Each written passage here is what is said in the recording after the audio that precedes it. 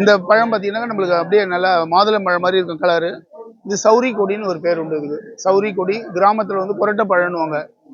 இது வந்து முடி வளர்ச்சிக்கு, தலை பாரம், தலைவலி, மூக்கில் தண்ணி கொட்டுறது, கபவியாதிகளுக்கு நல்லெண்ணெயில வந்து காய்ச்சுவோம் நாங்கள்லாம்.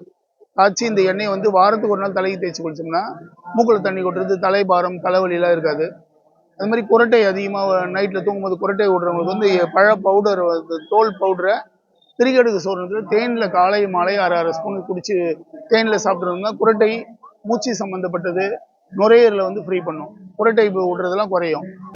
கூந்தல் வளர்ச்சிக்காக தேங்காய் எண்ணெயில் வந்து இந்த இலை, இந்த பழத்தை போட்டு தேங்காய் எண்ணெயில் காய்ச்சி டெய்லியும் நம்ம இந்த தைலத்தை தடவும். கூந்தல் வளர்ச்சி, முடி வளர்ச்சிக்கு சிறப்பு இந்த சௌரி பழம். இது பார்க்கறதுக்கு பாருங்க எவ்வளோ அழகாக இருக்கு. ஆனால் வேலிகளை தன்னால் வளரும். இது ஒரு கோவை ஃபேமிலி, கோவை செடி எப்படி இருக்குமோ அது மாதிரி இருக்கு அந்த இலை. அற்புதமான ஒரு மூலிகை இந்த சௌரி கொடி. தேவைப்படுறவங்க தொடர்பு கொள்ளலாம். என்னுடைய ஃபோன் நம்பர் 9840416137.